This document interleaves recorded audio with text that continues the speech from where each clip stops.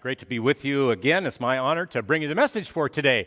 And so I'm going to preach on the Old Testament lesson on Noah and the ark. So I don't get to do that very often, but it was one of those great stories. So, and you know, the Old Testament is full of exhilarating, wonderful stories of ordinary people possessed by an extraordinary faith.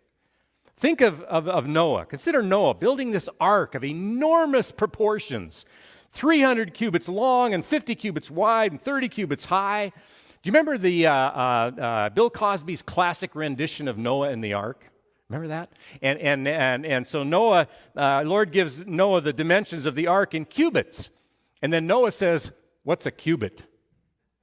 There's a long pause, and God says, "Let me see, I used to know." Okay, so a cubit is a little short of 2 feet, right? So that would make the ark over 450 feet long, the size of 1.5 football fields. Now that is a large vessel indeed, right? No wonder it took Noah like 75 years to build this thing. And it was miles from the sea. Well, that gave his neighbors, a good laugh, for sure. But of course, Noah had the last laugh. Because the waters, the rains came down, the waters rose up, and there was destruction over all of the earth. And Noah and his family and the animals, 2 of every living kind, were the ones who were spared. For a year they lived on the great ark, and finally the earth was dry, and the Lord told Noah to go forth and repopulate the earth. And then a rainbow appeared in the sky. Beautiful rainbow. And God said, "I set my bow in the clouds, and it shall be a sign of the covenant which I make with you, between me and you, and every living creature which is with you, for all future generations. When I bring the clouds over the earth and the bow is seen in the clouds, I will remember my covenant, and the waters shall never again become a flood to destroy all flesh." The story of Noah is one of the best loved and best known stories in the whole Bible. It is also one of the most important. Did you realize that? It is one of the most important because it represents the beginning of the concept of a covenant relationship between the Creator and creation. The first time we have that covenant relationship between the Creator and His creation. We are a covenant people. As God's people, we are a covenant people. As descendants of Noah, we share in the benefits of this relationship which God has established with us. So what are some of the implications? If we're in this covenant relationship, what are some of the implications of this covenant relationships? What does it mean as we live our lives today? Well, there are basically 2 implications that glare at us, okay? 2. The first implication sounds a little negative, okay? And we're gonna get serious here, and this is gonna be a little tough to start with, okay? But I want you to give it some serious thought, and it's this: God is disappointed even in the best of us. Okay? God is disappointed even in the best of us. Now, I know for some that'll kind of burst your bubble a little bit, but it's a central truth of the Bible, and we need to start there. God is disappointed even in the best of us. Now, some of us don't look at it that way. We kind of think, well, God's pretty fortunate to have us on His side. We refuse to see that even the best of us is a mixture of dust and divinity, or saint and sinner, as Luther said, right? Newsweek magazine a while back quoted a 15-year-old from Botswana who said, "The situation in our town is so disgusting. You sometimes ask yourself the question, which really has no answer, and that is, why did God create human beings?" Why indeed? That's a good question. Will Rogers was once asked, "What is wrong with the world?" "I don't know," he drawled. "I guess it's people." One other occasion he said, "God made man a little lower than the angels, and God has been getting lower ever since." Or Mark Twain once said, "Man is the creature made at the end of the week's work when God was really tired." There's probably some truth in that. That renowned psychiatrist of the comic strips, Lucy of Peanuts, she has her own opinion, as she always does. She's advising Charlie Brown. And so she draws a heart on the fence. And half of the heart she fills in with charcoal, makes it real black. And then she says, "This is the dark side, Charlie," very somberly. "The other side is the good side. They fight each other all the time." Well, Charlie puts his hand on his chest and his hair begins to stand on end, and he says, "I know what you mean. I think I feel them fighting right now." And they do. Henry David Thoreau had this battle in mind when he described Walden Pond. Remember that? He said, "Walden is blue at one time and green at another."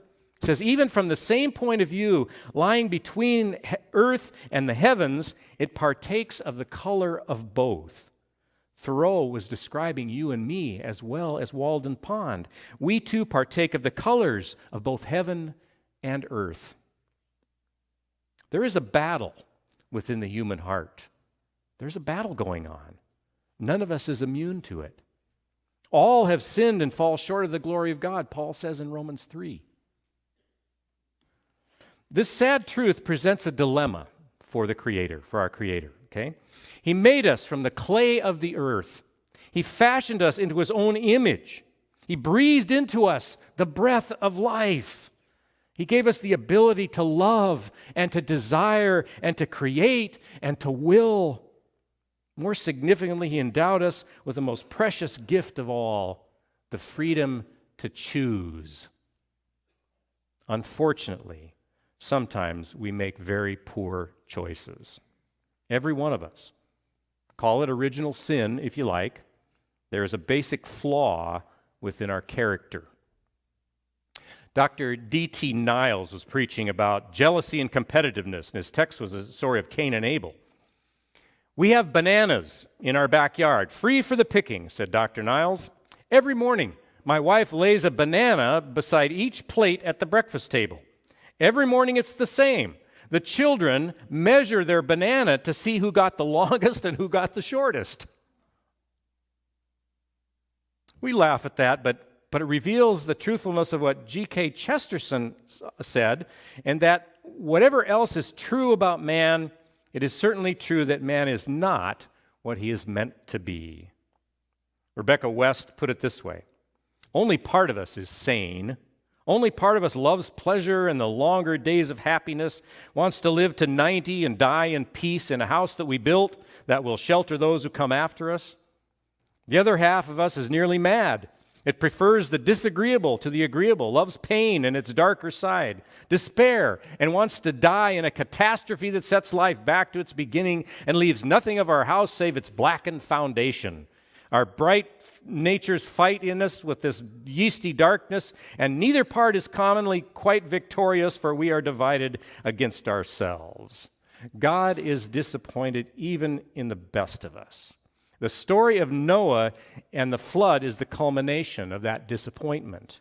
According to the Genesis writer, God repents that He ever made human beings in the first place.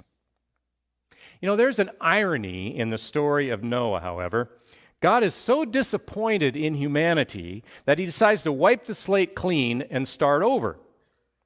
He sent the great flood to destroy all life on earth, except He decided to save a remnant, Noah and his family, and 2 of every kind of animal on earth. Now, why did He choose to save Noah?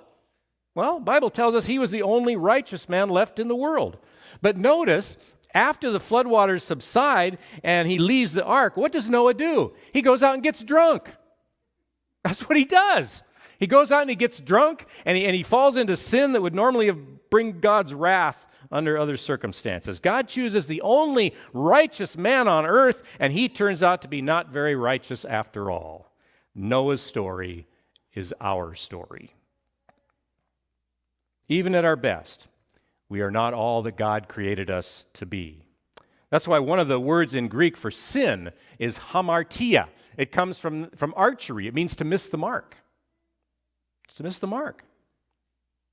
None of us, you see, utilizes all of our potential, all of our ability, all of our talent in a constructive manner all the days of our life. We are not the mothers we ought to be. We're not the fathers we ought to be. We're not the citizens we ought to be. We're not the church members we ought to be. We're not the pastors we ought to be. We're not the followers of Christ that we ought to be. We miss the mark. God is disappointed even in the best of us. I'm reminded of a story of a little girl who had done something wrong, and her mother told her to go in the corner, and she said very harshly, "You will sit there until your father gets home." The little girl stuck out her lower lip and said, "I'll stand in the corner, but I won't sit in the corner." So her mother went over and standing over her and pushed her down to the floor with her shoulders and made her sit down. And when her father came home, he asked the little girl, "What are you doing there sitting in the corner?" And she said defiantly, "My head tells me I'm sitting in the corner, but my heart tells me I'm standing." You know any kids like that?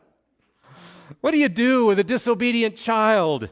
What does God do with his children? In light of the fact that we all fall short, that we all miss the mark, we all have a bit of rebellion within our soul. What does God do? Augustine, long before he became Saint Augustine, was a rowdy youth. His stories are great. He tells of slipping with a group of boys into a vineyard with all kinds of fruit there. And they took off a large load of pears, not to feed themselves, but to throw them to the pigs. He said, "We ate just enough to have the pleasure of forbidden fruit," he wrote. "There were nice pears, but it was not the pears that my wretched soul coveted, for I had plenty better at home. I picked them simply to be a thief."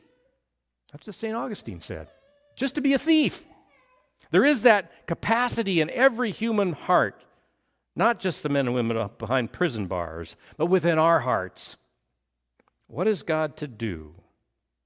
It didn't work for him to destroy humanity and start over as he did with Noah. He must have known that it wouldn't be long.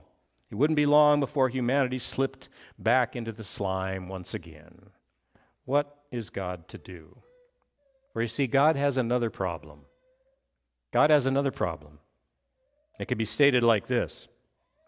Though God is disappointed, even in the best of us, he is hopelessly, passionately in love, even with the worst of us. That's the other horn of the dilemma. God is disappointed in the best of us, but he is hopelessly, passionately in love, even with the worst of us. This dilemma forces God into an unusual role. Francis Thompson called him the Hound of Heaven, who pursues us down the labyrinth ways. Charles Wesley said, "Jesus, lover of my soul." That is why the bow appeared in heaven. That is why God made his covenant with Noah and his descendants. That great destructive flood would not be, could not be, God's last word concerning his creation. It could not. Actually, God's last word concerning his creation is not found in the story of Noah. It's not even found in the Old Testament. It's found in the Gospels. In fact, it is the gospel. Indeed. Let me use a more modern parallel. One of the saddest stories of our generation is the story of the family of John Hinckley Jr. He was the young man who shot former President Ronald Reagan. Prior to that shooting, the family received a telephone call from young Hinckley, who was in New York. The boy was incoherent, he was broke, and he was hungry. He begged for a ticket home. Receiving the ticket, he flew to Denver, where he was met at the airport by his father. At Hinckley's trial, his father described his son as dazed, wiped out when he came to that meeting. He could hardly walk from the plane. They went to a waiting room and talked. John Hinckley Sr. said, "I told him how disappointed I was in him, how he had let us down, how he had not followed the plan that we all agreed on, how he left us with no choice but not to take him back again." Mr. Hinckley gave his son a couple of $100 and suggested he stay at the YMCA. Now, at this point in the trial, John Hinckley Sr. had trouble speaking. But he reported that his final words to his son were, "Okay, you're on your own. Do whatever you want. John Hinckley Sr. said, in looking back on that, I'm sure that was the greatest mistake of my life. I am the cause of John's tragedy. We forced him out at a time in his life when he just couldn't cope. I wish to God that I could trade places with him. And as he spoke, he began to weep into his handkerchief. What is a father to do? What is a father to do? You see, only Jesus has an answer to that question. And he told of a party, and a fatted calf, and a ring, and shoes, and a robe, and a father who took his son back. Oh, but Jesus did so much more than that. I would have gladly taken his place, said John Hinckley's father. Every parent in this room knows that feeling. Every one of you. So does God.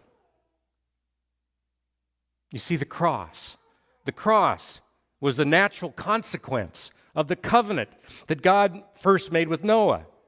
It was the direct result of a passionate, never-ending love for all of us, even the worst of us.